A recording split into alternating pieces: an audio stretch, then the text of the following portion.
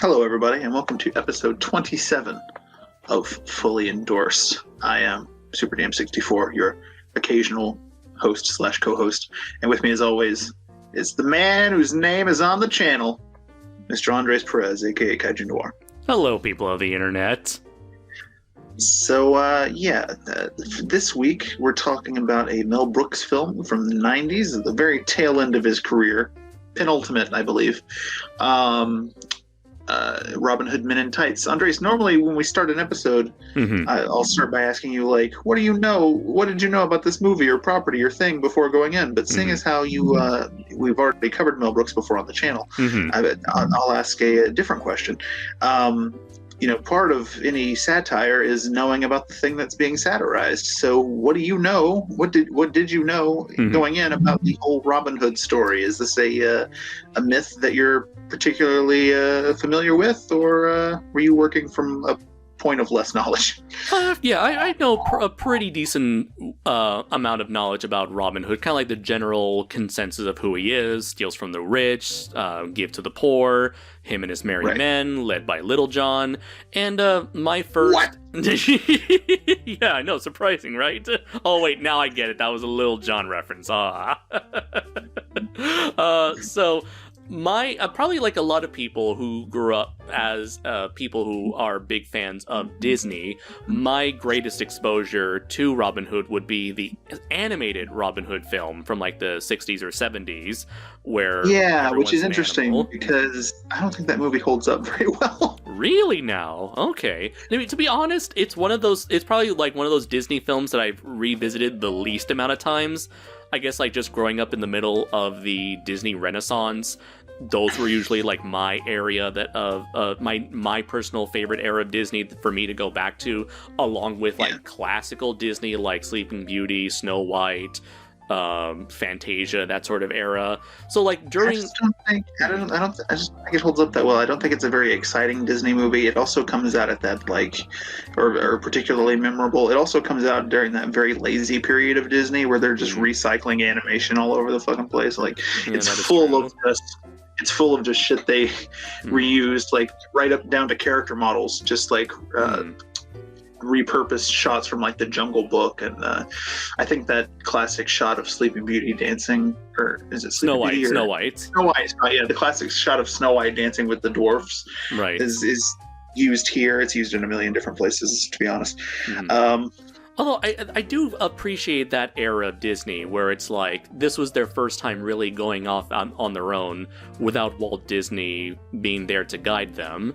And I don't know, there's something about that like old kind of scratchy aesthetic of the 70s Disney films like Jungle Book, Aristocats, Robin Hood, all the way up to, I think, Oliver and Company. There's a certain aesthetic there that I find very charming and also a bit nostalgic for me as someone who kind of watched all those Disney movies. But I do agree that that's usually the era of Disney that is not as highly revered as the original Walt Disney period, nor the Disney Renaissance.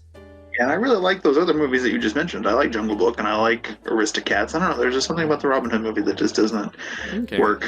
But yeah, the most memorable thing about the movie to me is the song from the beginning where it's like Robin Hood and Little John walking through the forest. Yeah, and I do remember that part where it's like after what's his name, the sheriff, he ended up like getting everybody, and even the rooster narrator was like, "Yep, they got me too." I feel like there's something there to revisit. But anyways, that was like my biggest source of like Robin Hood knowledge. That was like my introduction to Robin Hood, and for the longest time, that was perhaps the only version of Robin Hood that I became familiar with. I'm trying to remember if there were any other versions of Robin Hood, but I mean, there's Robin Hood from Shrek. Oh, that's true. I do know there's the Errol Flynn Robin Hood. That's like perhaps the most iconic version of Robin Hood that most people think of. And that's the version of Robin Hood that I think the lead actor in this film, Cary Elwes, is. I think that's how you're supposed to pronounce his last name. I've heard Elwes. I've heard different pronunciations, but I think it's Elwes. I think Errol Flynn is the version of Robin Hood that he's really channeling in his performance. And I do remember there was like that weird brief period in time where like they tried bringing back Robin Hood for the modern age a couple of times, given that he's a public domain character, so it's easy for anyone to bring him back, but they always got to bring him back with a twist. And it's never worked. They had success in the early 90s, I think like 91 with the Kevin Costner movie. Yeah. Which is what this movie is sort of a response to. And then, they tried again with the Russell Crowe version, which I don't remember when that came out. And then most recently, the one with Jamie Foxx. Right, yeah. That was the one that tried to be kind of pseudo-modern, but not really. It's kind of very, like, ambiguous with its time period, but nobody cared either way. If you're gonna do, like, a modern take on Robin Hood, cast Little John as Little John. It's like, why wouldn't you do that? I would love like a gangster version of Robin Hood that takes place in the Hood. Yes, like... dude, imagine that. Just like Robin Hood in the Bronx or something, or you got Brooklyn. Little John is there, and fucking. Dude, you know what? Like, given how like in these days, Friar Tuck could be DJ Khaled. Dude, imagine like if we live in like we're currently living in an era where there's such a vehement animosity, a vehement seething hatred against the 1% that like you'd think a Robin Hood would be like the best character to be popular these days.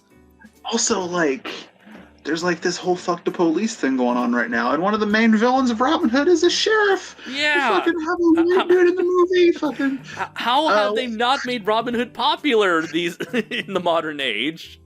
Robin in the Hood. Ah! Fucking do it. I carry the hood with me wherever I go.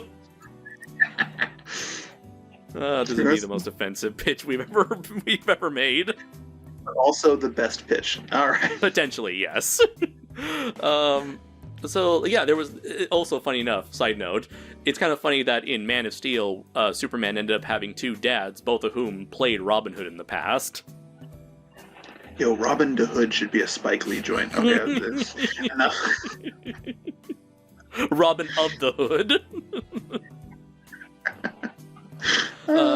So, yeah, I generally have, that basic knowledge of Robin Hood, and so going into this, it pretty much followed the beats of the classic Robin Hood story of, having to deal with the Sheriff of Nottingham, having to deal with a corrupt king.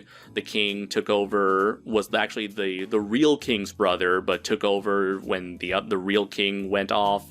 And so this is sort of like a essentially kind of like that origin story of Robin Hood gathering his merry men, training them to be the very best like no one ever was, and to eventually win the heart of the princess, and all's well that ends well. So plot-wise, it's pretty much followed closely to what the typical layman would, or the average viewer would know about when it comes to Robin Hood.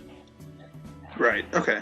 So you had a pretty good basis about the tale of Robin Hood going in. That's good. Mm-hmm. All right, I guess we can. I mean, same, pretty much the same as what you just said. I read a few books about Robin Hood when I was in middle school as well, and I sort of learned more about like the actual story, beyond the Disney version or the other movie versions. Mm-hmm. So yeah, we both went into this movie with a pretty decent knowledge base on that front. That's good. All right, I guess we can get into the film itself. Mm-hmm. General thoughts. Robin Hood, Men in Tights. Go. I mean, I don't want to bring down the mood, but I was kind of let down by this movie. But I guess that was mainly because my standards were so high, having just come off of The Producers, like just a couple episodes ago. And me having already watched all of his films up to this point, I can definitely see why this movie hasn't been as well revered as his other cinematic classics. Ladies and gentlemen, it finally happened. We knew this day would come. We finally have a topic on Fully Endorsed, where the other guy went, ah! And, I don't know, you kind of had that feeling with Darkman, right? No, I feel like I enjoyed Darkman a lot more than you enjoyed this. Okay. I mean, I had fun with Robin Hood. I had some issues with Darkman, but I think like I had my fun with Robin Hood. But it's like I felt like something was off throughout the entire movie. And I think my biggest... Do you have any thoughts on what that could be? Yeah, I feel like there were two issues that I had with Robin Hood. And that was one, that I felt like the timing was off with a lot of jokes, where there's often a large amount of dead air between line delivery. Whereas before, in previous Mel Brooks movies, he would often have very snappy dialogue, just like, one gag after the other. Whereas here, it's like there's a lot of like awkward pauses and silence, to where I'm thinking, is the joke going to come any sooner? Okay, that was the joke. All right, there. So it's like, it seemed to take its time to get to the punchline, where it would be the pacing of the jokes, of the joke delivery, would be much tighter in previous films. And the other problem that I had was I felt like a lot of the humor was stuff that was very predictable, especially when it came to a lot of the side characters that had like one running gag that kind of got old after a while, where, oh gee, I wonder what the blind guy is going to do. Oh, he did a blind guy thing. I wonder what Dave Chappelle as the black guy is going to do. Oh, he did a black guy thing. Whoa. What is a black guy thing, Andres? That's the thing, it's like he's doing the whole, he's a very urban, he was deliberately written to be a very modern day urban character, and I suppose that's supposed to be funny because people don't act that way in the in the Middle Ages, or whatever, time period that was. Right, a lot of the humor in this movie definitely is ye old saying a modern thing in a medieval context joke. Yeah. And I don't know, you know what? Maybe Shrek kind of ruined that for me, because I think Shrek did that a lot better than Robin Hood Men in Tights. I feel like it was a more common form of comedy prior to Shrek. And I think, like, and not just medieval times, you see this with all kinds of stuff from back. I mean, the Flintstones does this with the Stone Age. True, yeah. That's dinosaurs? True. That was an entire TV show where the premise was, what if dinosaurs were like people? And you go, what? Also, it must be in the same universe with Theodore Rex, right? I mean, think about it. They did brought back the dinosaurs, and they just so happened to look like that. Exactly. It's all in the same universe, Andres. Dinosaurs, Theodore Rex, Tammy and the T-Rex. It's all the same. All right. Did you just say it's all the tame? The same. And then there were a couple like running gags where I didn't really felt was funny one way or the other, like the sheriff constantly mixing up his words for no reason. Or Achoo, everyone would often think that he's sneezing when that's not. I think they dropped off that running joke like halfway through the movie. Yeah, I don't remember.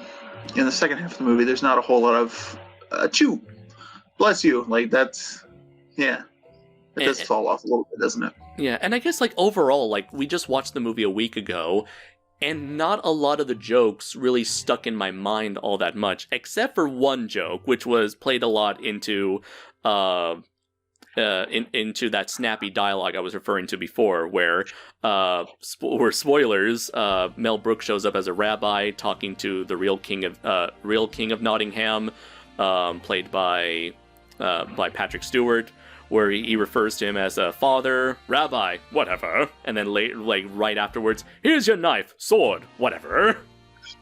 Yeah, all those scenes where Mel Brooks actually shows up are some of the best scenes in the movie. I think he's just so much fun to watch. Yes, absolutely.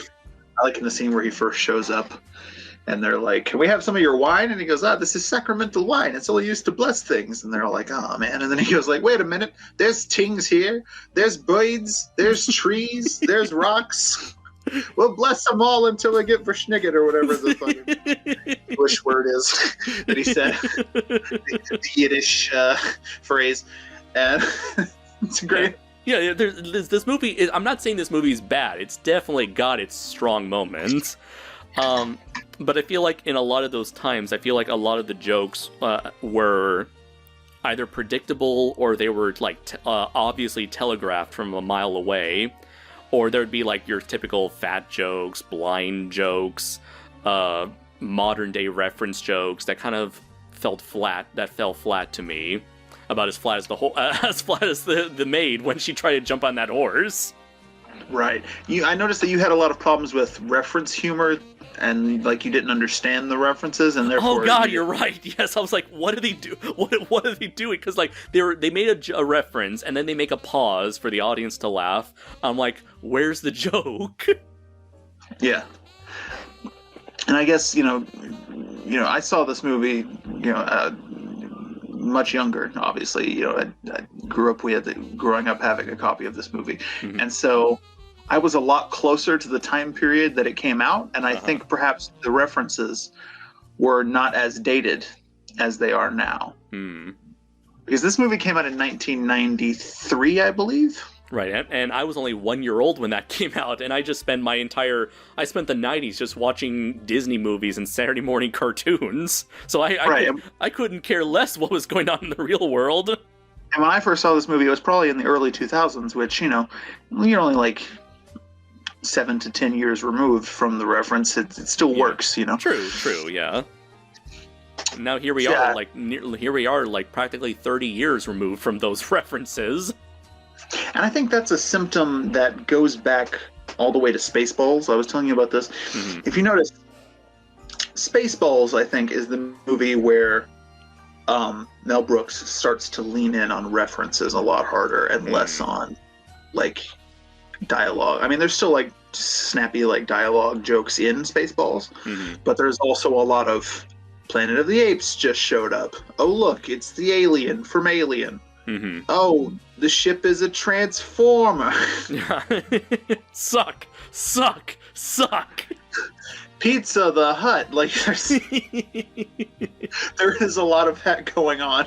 Right, on top of all the obvious, use the Schwartz and, the whole Star Wars shtick. Right. And I think that's why ultimately, after this movie and then after Dracula Dead and Loving It, I think eventually he retired, because I feel like at a certain point, you've done all you can do. And I think he quit at a good time because, he never released a movie that I would call, like, bad. Yeah, that is true. And why do you think he made that transition from, like, original property, I guess, like, for the most part, original properties, to suddenly doing this sort of duology of let's do a riff on these public domain characters? Well, I mean, really, that started with Young Frankenstein. Right, yeah, that's true. And Young Frankenstein was incredibly popular. He also did a movie called High Anxiety, which is like a riff on like Alfred Hitchcock movies. It's all like suspense thriller type stuff. And then Spaceballs obviously is a huge. I mean, people who don't even know Mel Brooks's work know Spaceballs. Spaceballs and Blazing Saddles, to the layman, are probably his two most famous films. So he had a lot of success with this sort of thing. I will say that Robin Hood and Dracula Dead and Loving It are unique to those other examples in so much as they are straight up adaptations of those original stories, whereas Spaceballs is a parody. Young Frankenstein is a pseudo-sequel to the original films. Or at least the general consensus of what people think are the original films. Right. So, this is new of him to just, like, straight up, we're just going to adapt the original story. So that is a little bit different. And maybe that's where he ran into trouble. Maybe trying to follow the template of the original story, perhaps that hindered his creativity in a way. But that's just a theory. A film theory. And good. But yeah. That is an interesting distinction, but I think he had success with Spaceballs, and I think he was doing sort of what you might think would be the next logical step, which is what are other famous stories that we can make parodies of, Mm-hmm. I'll definitely give Mel Brooks this. He definitely is a very ambitious filmmaker for wanting to dabble in various genres of film, whether it's westerns with Blazing Saddles, sci-fi with Spaceballs, or horror with Young Frankenstein, or just old school adventure films of the 20s with the Errol Flynn Robin Hood stuff. I'll definitely give him a lot of credit to that. And so I was glad that he was able to work with as many premises as he did, even historical epics with History of the World Part 1. Absolutely. So it's I'd definitely say that Mel Brooks' work in a medieval setting is great, because there's the medieval setting is so rife for comedy, Oh yeah, as Monty Python and the Holy Grail showed us, just what was it, 10 or so years before this movie? Longer than that, I think. Let me look it up real quick. Yeah. I'd say that movie was in the 70s. Yeah, 1975. Okay. So that's a good 15 or so years removed from this movie. 18 years. It's almost 20 years different. Yeah. It's 20 years removed from Dracula Dead and Loving It. So yeah. I think it's just a matter of, how many times can you do the same thing? Obviously, you have to evolve over the course of your career, and sometimes it's going to work out, and sometimes it's not, That's true, yeah. And, The Producers was, his first big movie, I think, and The Producers was in the 60s? It's the first movie he ever directed, and it's, 60s, I believe. Yeah, so he had already been in the business for roughly 30 years. He's been doing this for 30 years. I've been doing this for 30 years. I've been married to this crazy bitch for 30 years. Oh, I'm a sugar mom. What was it? 1968. So he's been at this for a really long time, and had a very successful run. So I can sort of see how by this point he would have kind of petered out. He was kind of at that position that sort of Spielberg found himself roughly around, I want to say, War of the Worlds 2005, really, where he was at a crossroads in his life, and whereas Mel Brooks decided to retire altogether from directing and writing, Spielberg ended up just taking his career in a very different direction with historical dramas. Right. And that's the interesting thing about the 90s for Mel Brooks. It's and this is one of the reasons why I wanted to have you react to one of these movies, and you had already seen Dracula Dead and Loving It, is that it is definitely a period where, I don't want to say he was washed up, but he definitely was a little bit past his prime, and, they are not as good as the movies that came before. Mm-hmm. And that's pretty plain to see. I still like them, but they're not Blazing Saddles, Young Frankenstein level, obviously. Not at all. That year that he made those two movies, 70, was that also 1975? Whatever year that was, that was huge. That was 74. That was a big year for Mel Brooks. Very true, yeah. And, I'll definitely give this, while, the writing is not as strong as before, overall, you've definitely got enough good elements in there. A lot of the location, a lot of it is all done on location. It seems a lot of the sets seem very faithful recreations of the kind of sets they would use back in the 30s and 40s. The actors definitely bring a lot of energy to their performances. You mentioned prior, Cary Elwes. Did a great job as Robin Hood. He was very fun, full of life, full of charisma, and you mentioned all the casting in this movie is really great. By the way, Mel Brooks was always good at that, though. He always picks good casts for his movies. I mean, Cary Elwes was pitch perfect as Robin Hood. He takes a nice dig at Kevin Costner's version. Yeah. when Prince John says, why should they follow you? And then he says, because unlike some Robin Hoods, I can speak with an English accent. I forget the guy's name who plays Prince John. I know him mainly for also showing up in Curb Your Enthusiasm. He's a famous Jewish comedian slash actor, but Richard Lewis. Yes, Richard Lewis. He's a lot of fun. The woman who plays Maid Marian, she's good. All the casting in this is great. Dave Chappelle is in this movie. Right. It's interesting that you brought up Dave Chappelle, because I honestly kind of felt like he was wasted in this movie, because, like, personally, I love Dave Chappelle. He's, like, one of my favorite comedians, and I was someone who grew up on, like, just binge watching the Chappelle Show with my buddies throughout high school, and, like, I feel like he just didn't bring his game. Like, I figured, like, I've just noticed looking at his filmography, he did do a series of movies in the 90s. It's kind of funny because I never really saw him as an actor. I've always known him as the comedian or skit performer. But it's just kind of strange. I feel like he was wasted in this movie. Like, they didn't really utilize him the way, like, say, I feel like I got more enjoyment out of Chappelle in his very brief appearance in The Nutty Professor than he was throughout this movie. He's great in that movie. It's Fatzilla! It's Fat Kong!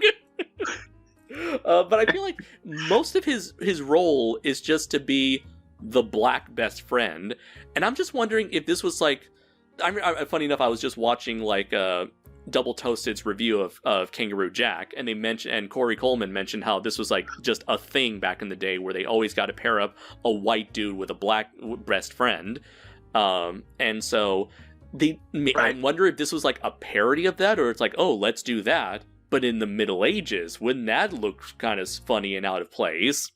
Well, again, it's that whole let's bring something modern to the Middle Ages. Won't that be funny? That's why you have Dave Chappelle there being all modern and bringing the urban gangsta flavor, as you might say. That's why you also replace the sort of squires with the four black guys that are like rapping in the forest. Right. Which, honestly, I thought they were going to come back periodically to, like, continue whenever there's, like, a scene transition. I expected them to show up and just kind of explain what's happening between scenes. But no, they didn't appear for, like, the rest of the movie. Yeah, that's true. They're only at the beginning and at the end. You'd think that they would show up more periodically, like the muses from Disney's Hercules. Honey, I mean, Huncules. Right, Honey, I mean, Huncules. Them, or, the three black singers from Little Shop of Horrors. You've seen Little Shop of Horrors, right? I remember that. Unfortunately, we cannot cover that. I haven't seen the Jack Nicholson version. Constantly having to double check what Andres has seen. That's the corner I've backed myself into when I pitched him on this show. Yeah. But that is weird that they never showed up again. I never really thought about that, but you're right. They only show up at the beginning and at the end. Yeah, and then, like, as for Dave Chappelle, he just kind of mainly stands in the background amongst the rest of the merry men. He never really had a time to shine other than his introduction with the whole Achoo name. Right. Well, I think what's important to remember is that it's 1993, and Dave Chappelle isn't really famous yet. True. I think he had done a few things before this movie, but like he was not what he is now, or even what he was in the early 2000s. He's not even what he was in the early 2000s now. Like this is a man. This man is constantly evolving, and unlike Doug Walker, right? His sense of humor and his style of comedy is very different from Mel Brooks. And that's perhaps why it feels so weird to see him here. Yes, yeah. But he hadn't really established that yet. And in fact, this was probably like a huge break for him to be in a Mel Brooks movie. Like, true, yeah. So yeah, a little bit of hindsight there. Yeah, that's why. It's like, I was so surprised when he showed up. I was like, oh, wait, I know that guy. Oh, shit, he's in this movie? Dave Chappelle? The Dave Chappelle? A black sheriff? Hey, okay, that's his best line there. It worked in Blazing Saddles. And everybody just goes, oh, yeah. That's the other interesting thing about this movie. Okay, I feel like... Yeah. On some level, whether it was consciously or unconsciously, I feel like Mel Brooks knew that his time in the business was perhaps coming to a close. I think perhaps he knew that it was almost time for him to hang up his, I don't know, not cape. What does a director wear? His beret. His beret, yeah, because they wear those, right? His rabbi hat that he wore in the movie. Right. What do you call those? The wide brim hat with I wish I knew. Little curly cues on the sides. Yeah. Because he gets very self-referential at the very end of this, like in the last half hour of this movie. He just recycles a ton of jokes and characters and like actors and stuff from his previous films, and it's very interesting. I've always thought, like, well, I always thought it was only a few years ago that I learned that Dracula Dead and Loving It was after this. I always assumed that this was the last one because of that. I thought, oh, it's like his swan song. It's like, hey guys, it's been great. Look at all this shit we did. I'm out. Like, you know. What did you think about that? What did you think about all the little references there at the end? I thought it was very fun. It was definitely very charming. It was kind of neat seeing these little Easter eggs show up every now and then, being like, oh yeah, I remember that. Oh yeah. So it kind of makes me grateful that this was like ended up being like the last big Mel Brooks movie that I ended up watching, having seen all of his greatest works up to this point. Yeah, it starts when the Sheriff of Rottingham recycles a joke from Young Frankenstein, where he's leading Robin Hood, who is shackled, and the guards, he's leading them to the gallows where they're going to, you know... walk this way! He just walk this way. They all walk with the same swagger. Right, because at the end of the movie, you know, they've got Robin Hood up on the gallows, and they're either going to have a hanging or a wedding. Either way, they're going to have a lot of fun, huh? And then, yeah, it's just one after another. The hangman is the same hangman who appeared in Blazing Saddles. Oh, wow. Okay. The priest who shows up to perform the wedding of Mervyn and Marion is the same actor who played the king of whatever that planet was in Spaceballs. Vespa's dad, you know. Yeah. What's another one? I know there are more. There was that moment where Mel Brooks, as the rabbi, repeats the same line he repeated in History of the World Part 1, where he went, "It's good to be the king." It's good to be the king. Also, when he does their vows, he just goes, "Do you, Robin? Do you, Marion?" Where, yeah, that's a callback to Spaceballs. Also, when the priest at the end of that movie, he gets fed up with everything going on, and he just goes like, "Do you? Do you?" Oh, there's also like this is like a habit of not a habit, but this is like a thing that's typical of Mel Brooks movies, where there's just like a shattering of the fourth wall. And the biggest time I've ever seen that was Blazing Saddles, where somehow they end up going to the premiere. The characters from Blazing Saddle go to the premiere of their own movie before being forced back into the movie themselves.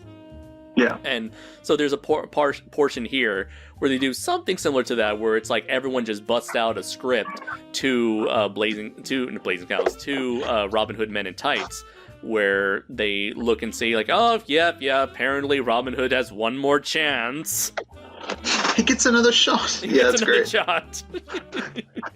Yeah. And like, wait a minute, that can't be it. That can't be the end of the movie. And then the one that always surprises the hell out of me, every time I watch this movie, I always forget until it happens. And that's when Sir Patrick Stewart, of all people, shows up playing King Richard back from the Crusades. Mm-hmm. It's so weird. How did Mel Brooks got Patrick Stewart? Like, that's amazing. And this is in 1993. Like, he was he was wrapping up Star Trek: The Next Generation and like working on the next gen movies at this point. Like, so is that goatee fake? Like, how do they do that? Like, it is Hollywood after all, Dylan. Anything can happen. Yeah, but it looks so good, Andre. Yeah, it is quite a massive like surprise celebrity cameo appearance there. But... Yeah, because like you're used to seeing like everybody in a Mel Brooks movie is like a character actor, you know? Right. It's rare that like a big name shows up. That is true. Yeah. And then fucking Patrick Stewart just walks up on stage. Although honestly, if you were to think of a person worthy of a title as king, you wouldn't imagine anyone other than Patrick Stewart. Oh, it's perfect casting. Yeah. Don't get me wrong. This man is a classically trained Shakespearean actor, and he does a great job. Yeah, and like he appears so late in the movie, and he already makes like a huge impact by saying like, "I've got to kiss the bride first before you can have her." And this is like at the height of his popularity too, because again, this is like right at the tail end of next gen and like getting into the movies. And like at this point, like Star Trek is bigger than it's ever been before, you know? And like he's the guy, you know? Although, has he ever, like, I know he has done a lot of like comedic roles since then, but did he do any comedic roles around this time in the 90s? Or early 90s at least? Not that I'm aware of. I mean, he definitely loosened up a lot over the course of doing Star Trek. He was very sort of straight-laced when they first started doing that show, and then by the time it was over, he was a little bit more willing to, you know, like let loose a little bit. Like I remember him being like Stan's boss in American Dad, and yeah, I don't know, for whatever reason, play the poop emoji in the Emoji Movie. He was the narrator in Ted. Yes, that's right. It's like there's nothing stronger than friendship, except an Apache helicopter. The Apache helicopter is an absolutely devastating piece of weaponry. Right. Yeah. I can only imagine that Mel Brooks must have been friends with him, or friends with somebody who was friends with him, or somebody pulled a string to get him in this movie. That's all I'm saying.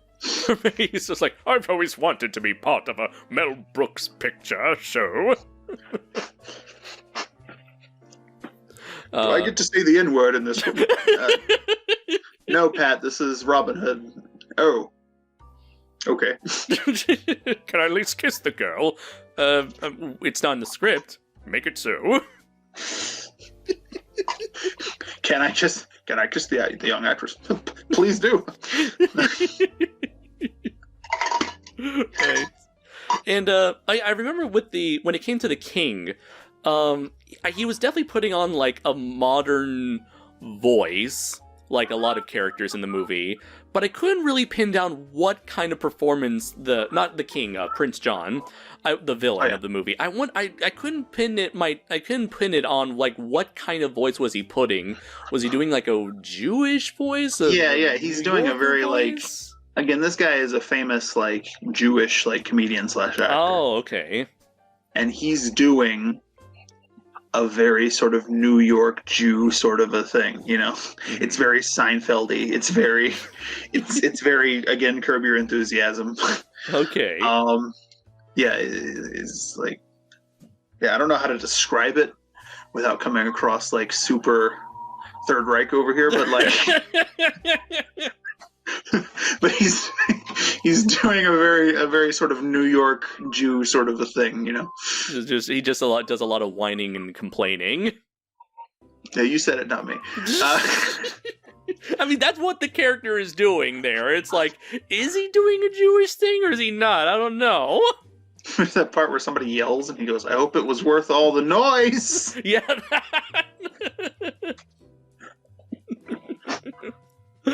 Right.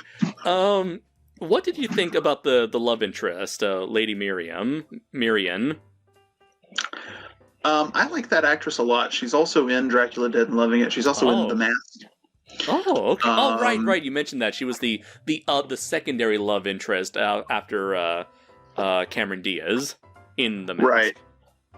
I know I've seen her in some other things as well. Yeah, Amy Yazbek, that was her name. Right, Amy Yazbek. If I'm not mistaken, I think she was... Apparently she was in... Wait. She was in Pretty Woman? Oh, okay. Let's see, she was apparently in Problem Child 2. Yes, I knew her from those as well. I watched a lot of Problem Child growing up. Did you ever see the Problem Child movie? I've never seen Problem Child. You can add that to the list. I don't know. Apparently, I don't think those hold up. So, I mean, I still enjoy them a lot. John Ritter's in them. He's great. Apparently, John Ritter. Yeah.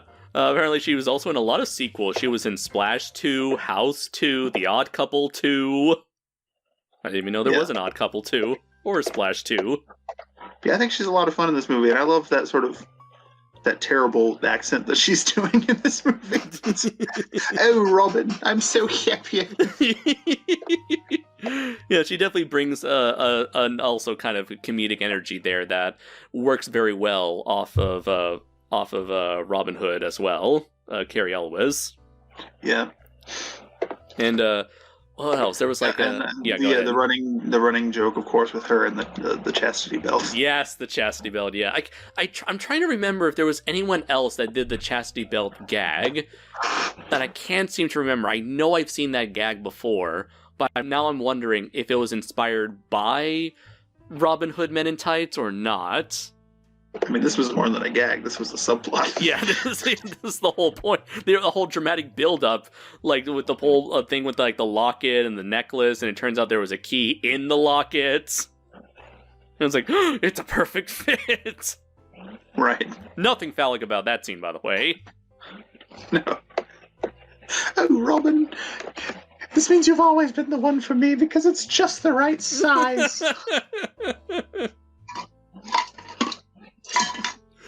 Like when the villain is trying to well, I mean, there's no real way to sugarcoat it. He tried to rape you, honey. He's trying. He rips her dress off. He's like, a chastity belt. Oh, that's going to chafe my willy. And then he goes and gets the fucking jackhammer. Yeah. Okay. And when you cut back to him, she's just like, and he's just like, on top of her. And that led to another like reoccurring gag between the sheriff of Rottingham and the that what's her name? I forgot her name, but I'm not sure if she was supposed to be a witch or some like a very, very repulsive woman who's got the hots for the sheriff. And so every so often, her name is Latrine. That's a family name. Yes, it's a family. They changed it in the 9th century. It used to be Shithouse. Yes, I remember that. And so. She's got the hots for the sheriff, and then by the end of the movie, she essentially resurrects him on the promise from death on the promise that he marries her. He's like, wait, I changed my mind. I love the scene, which definitely would not fly today, when she first tells Prince John that she likes the sheriff of Rottingham, or as she says it, I've got the hots for him. And he's like, maybe if we got him drunk. And then she turns around and smiles, and he goes, very drunk. Yeah, that's something like that. I definitely got a big kick out of it. Yeah.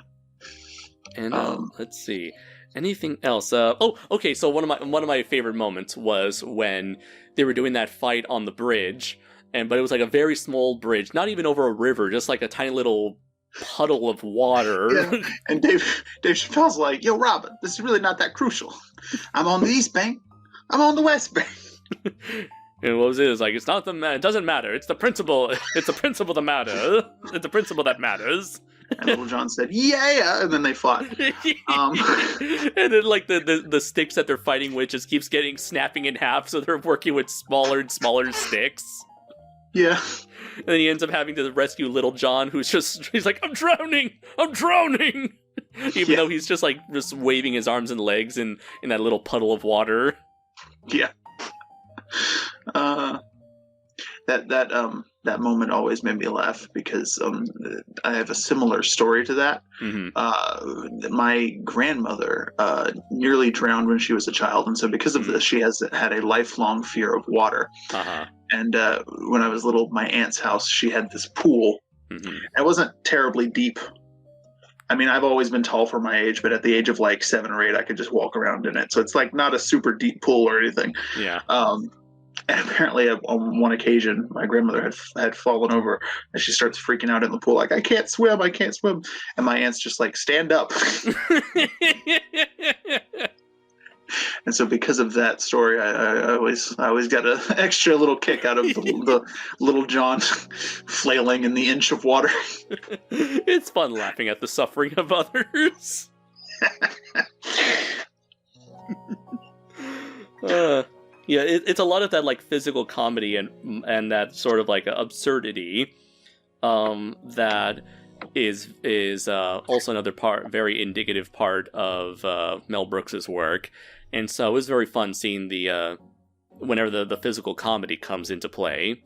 Another instance I remember was with the duel. So like the sheriff challenges Robin Hood to a duel, slaps his glove across his face. So what does Robin Hood do? He just gets like a knight's metal glove and smacks that into his face. Right. That's a great moment. Or how when they call in the guards and like all the knights run in and like circle around the whole room. And then Robin Hood just like swings and knocks one of them over, and then it's just like dominoes all the way around. Right. As the lead up to that is great also when the sheriff is like, all right, Robin, it's just you and me, mano a mano, you and me and my guards. Right. And even like when you go into the fighting itself, and then the merry men come all in there, and there's a big brawl. And later on the climax, they end up fighting in the middle of Marion's room. The fight choreography can be very exciting at points. It can be they do a decent enough job at adding some of that like action and tension, which I don't think we see a whole lot of in Mel Brooks's work. There's not like a whole lot of like physical confrontations in his movies. It's mainly just characters outsmarting each other. They did do a great job of capturing that sort of swashbuckling, again, very Errol Flynn type, adventure movie thing. I love it when the bad guys are like trying their hardest to fight Robin, sword fight him, and he's just casually going like, parry, thrust. Also, right. my favorite blind guy joke in the entire movie is in that scene when he's just sitting there like attacking that pillar. Right. Okay. Yeah. That was the sword. He's going in like it's like they've sped up the footage of him because he sounds like a chipmunk. What was another thing? Oh, I remember there was that other character where like they just straight up did the. They got Dom DeLuise in. Like earlier in the movie, I was like, oh, you know what? I'm surprised Dom DeLuise has never been in a Mel Brooks movie. And then he shows up just doing a parody of The Godfather, because of course. Yeah. I had to bite my tongue a little bit on that one. And then he shows up, and he's like, in all the years that we've been friends, England and Jersey, never once have you had me over for a pastry, a gnoule or something.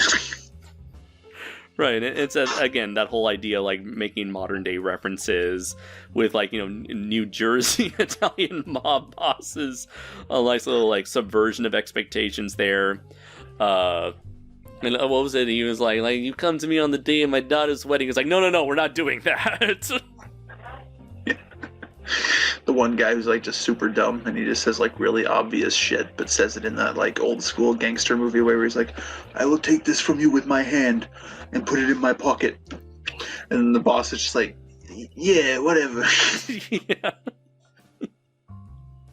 I only wish Dom DeLuise showed up for more scenes, but instead we get the mute archer, Italian archer. Yeah, who's clearly like a Clint Eastwood type character. Mm-hmm. They call him Dirty Ezio. Right now, yeah. The archer is the guy who's like, I will take these cotton balls from you with my hand and put them in my pocket. The mute guy, Dirty Ezio, he's the one who's like has the crossbow up in the tower and he's gonna like snipe Robin. Right. And then Blinken like snatches it out of midair. Right, definitely.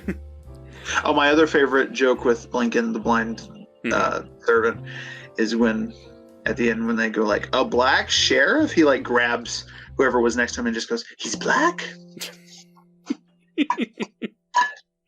Right. Yeah, it's funny, like, the more we talk about this, I'm glad that it's like, a lot of the humor didn't stick with me initially, but upon this reflection, I remember there was more stuff. There was a lot of funny material there that's coming back. That's been coming back to me throughout this conversation, and so I feel like perhaps the jokes that didn't work for you overshadowed your memories of the jokes that did work. Yeah, that may unfortunately be the case for me.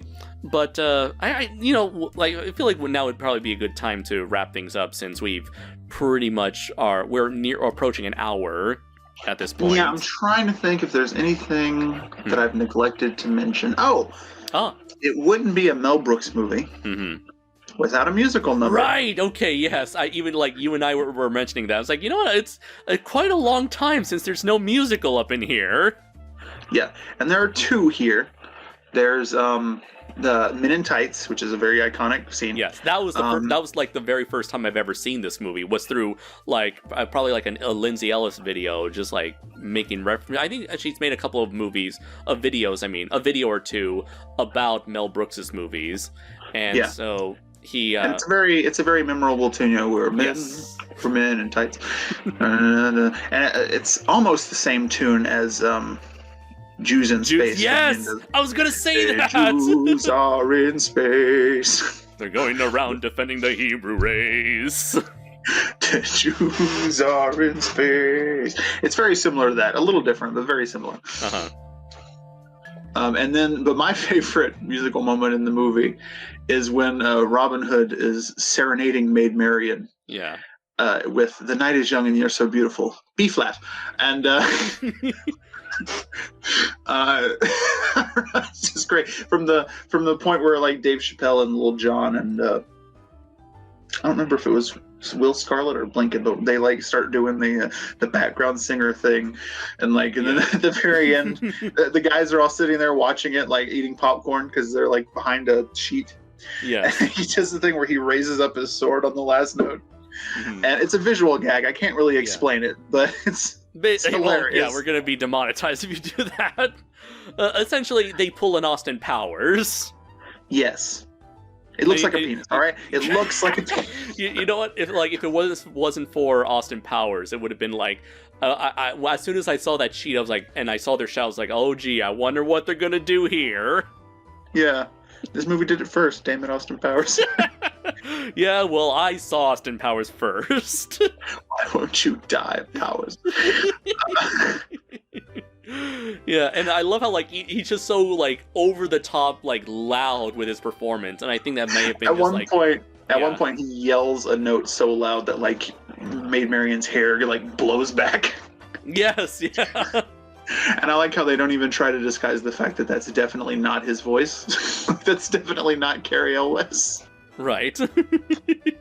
Yeah, and so I think that's definitely a play on the classic musicals of that time period, around the time of the Errol Flynn Robin Hood movies, where right. There is also a song that Maid Marian sings when we're first introduced to her in the bath, but it's not really a musical number. It's just a song that she sings, and then there's a reprise of it during the end credits, although not sung by her, sung by somebody else. Right. And so the few musical numbers that are in here were definitely fun to watch, especially the Men in Tights theme. That's perhaps maybe the most recognizable part of the entire movie. Yeah, it's this movie, Springtime for Hitler. Not nearly as good, but it's. I mean, Springtime for Hitler is a pretty high bar to try and hit, though. Or I guess, what would you rank higher? That Springtime for Hitler or Putting on the Ritz? Springtime for Hitler, definitely. Putting on the Ritz is a great scene and all, but Springtime for Hitler is just perfect. True, yeah. That was just straight up, full all out musical number with dancers and choreography and costuming. Now my personal favorite Mel Brooks musical number of all time is The Inquisition from History of the World, The Inquisition. Da, da, da, da. The Inquisition. Here we go. That's good shit.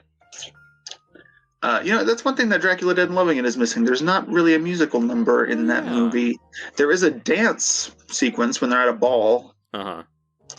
but not a musical number. Dracula never busts out into song, and I would love Leslie Nelson to do that.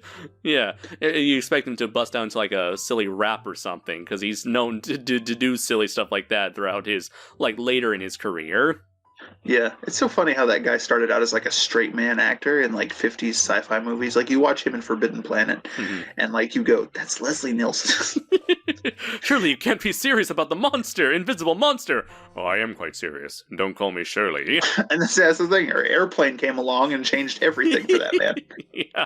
Then he did the Naked Gun trilogy and the TV series, and then now he's mostly known for comedies. Yeah, wasn't he? Like, yeah, he was in Spy Hard, I think. He was in. Remember he was in Superhero Movie? Yes. He was the Ben Parker of that movie. Remember, with great responsibility comes. Oh no, he's with great power comes. And then he can't say it, and Drakeville goes, "Great responsibilities? I was going to say, big booty bitches, but if you want to be a virgin for the rest of your life, I mean."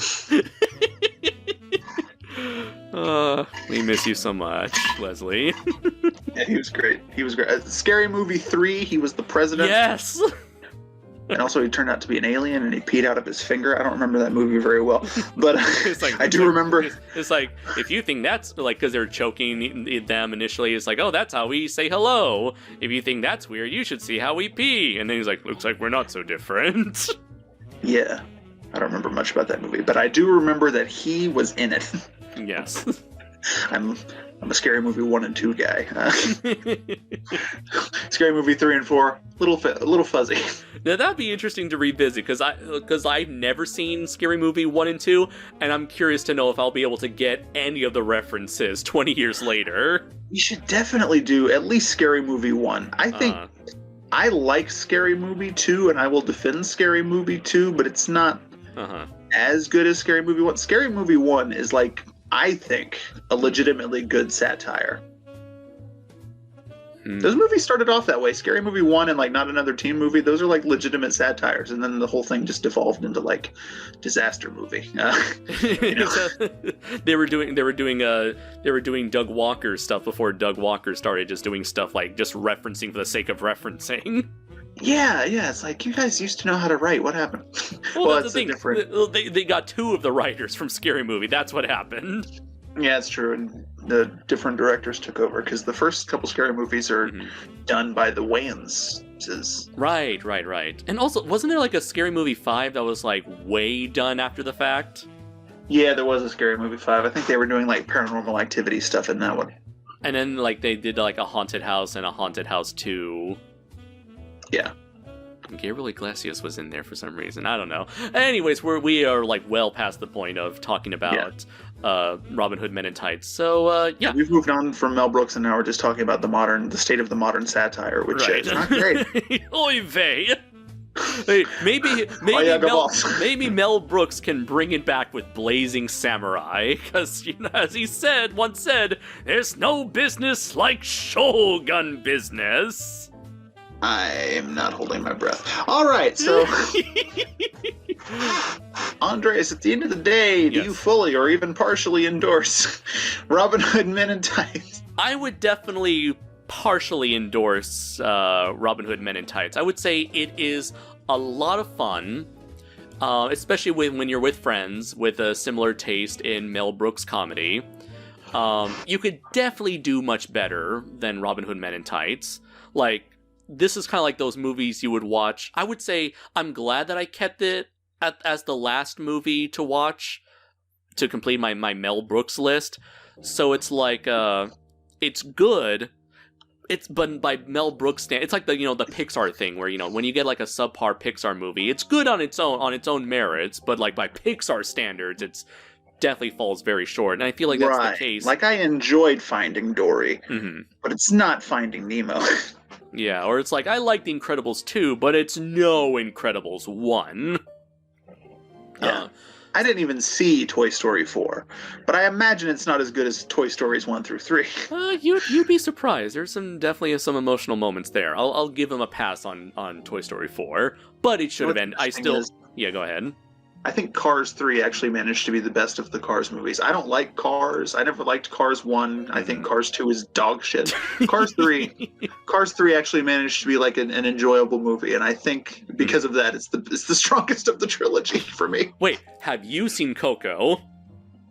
I have not seen Coco. Yes! Okay, I'll add in that to my list. Okay, so...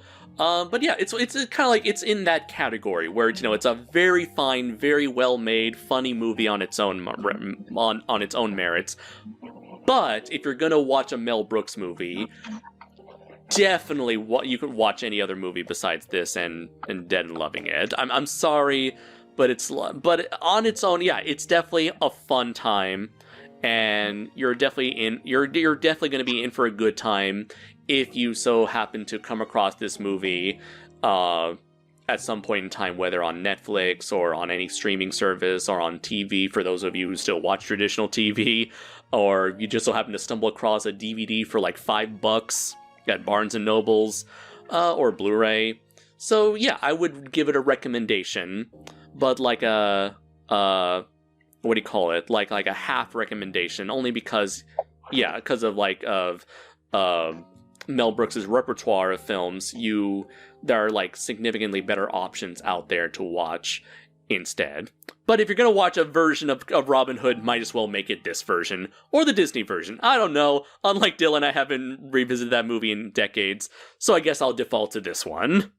It's the best, latest incarnation. It's the last, perhaps, it's weird. This may very well be the last good Robin Hood movie out there. It's certainly the last successful one. Right.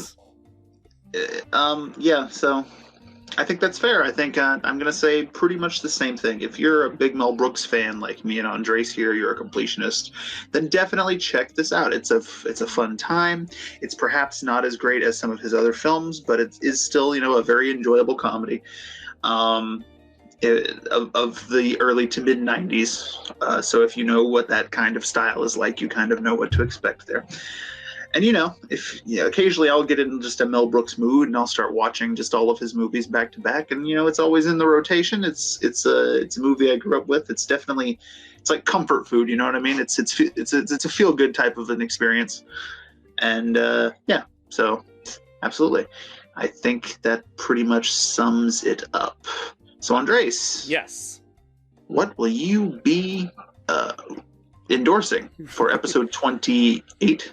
Yes, for 28. So for episode 28, we will be boldly going into a new form of entertainment that we have never covered before. So we have done... Oh my god, Andres, I don't want to review porn with you, alright?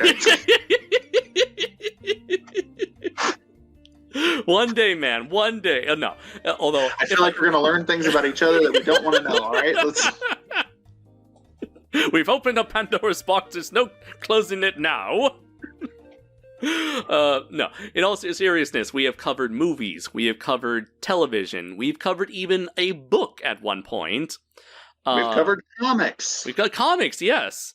But we've never covered music before. And so Dylan and I, we enjoy our fair share. We share we both share like a variety of different music genres. And but neither of us we're no Anthony Fantanos here. But I found a particular I listen to a lot of different types of music, but I never go like really in depth into any one of those genres. You know what I mean? I'm a jack of all trades, master of none when it comes to music. I know a lot of music, but I'm not one of these guys who like can name like this obscure indie band from the 70s that's like really hip and like you got to get into them. Like I don't fucking know all that shit. Yeah, we're no Todd in the Shadows. We're no Anthony Fantano. But I did come across a very interesting sort of like I can only describe as a meme mashup album by a very well-known online content creator by the name of Neil Cicierega, and he's actually put together a lot of these like bizarre mashup albums called like sort of like the Mouth series. He started off, I think in like 2014 with what's it called, Mouth Sounds, then followed it up with Mouth Silence, and then Mouth Moods, and then recently last year, Mouth Dreams. And the whole idea is that it's called Mouth because Smash Mouth's All Star is a reoccurring piece throughout a lot of his mashups. Because it's All Star. It's like the most memed on song ever. Absolutely. So it was inspired by these, very stupid, silly meme mashup songs. He ended up producing several albums, and my favorite album, hands down, is Mouth Moods from 2017. And so I figured, if we're gonna go into music, why not go with something very entrenched in internet culture? And so I know I've already shown him the most well-known piece from the album, Bustin', which was his Neil Cicierega's remix of the Ghostbusters theme. And so, love it. So we're definitely going to go more into that territory and see what we can get out of it. So I'm looking forward to that. We'll see if Dylan can be down with the what the fuckery that Neil Cicierega can provide us with. I do love a YouTube remix and or mashup, so I'm excited. We'll see how this goes. Nice, awesome then. So take us away, Dylan. All right. Well, this has been episode 27 of Fully Endorsed, covering Robin Hood Men in Tights. Join us next time when we talk about the Mouth Moods. Mouth Moods by Neil Cicierega. I have been Super DM64. And I have been Andres Perez, aka Kaiju Noir. And until next time, stay. I don't have a thing. You have a thing. Take care, everybody. Ladies and gentlemen, that's exactly the way it's been.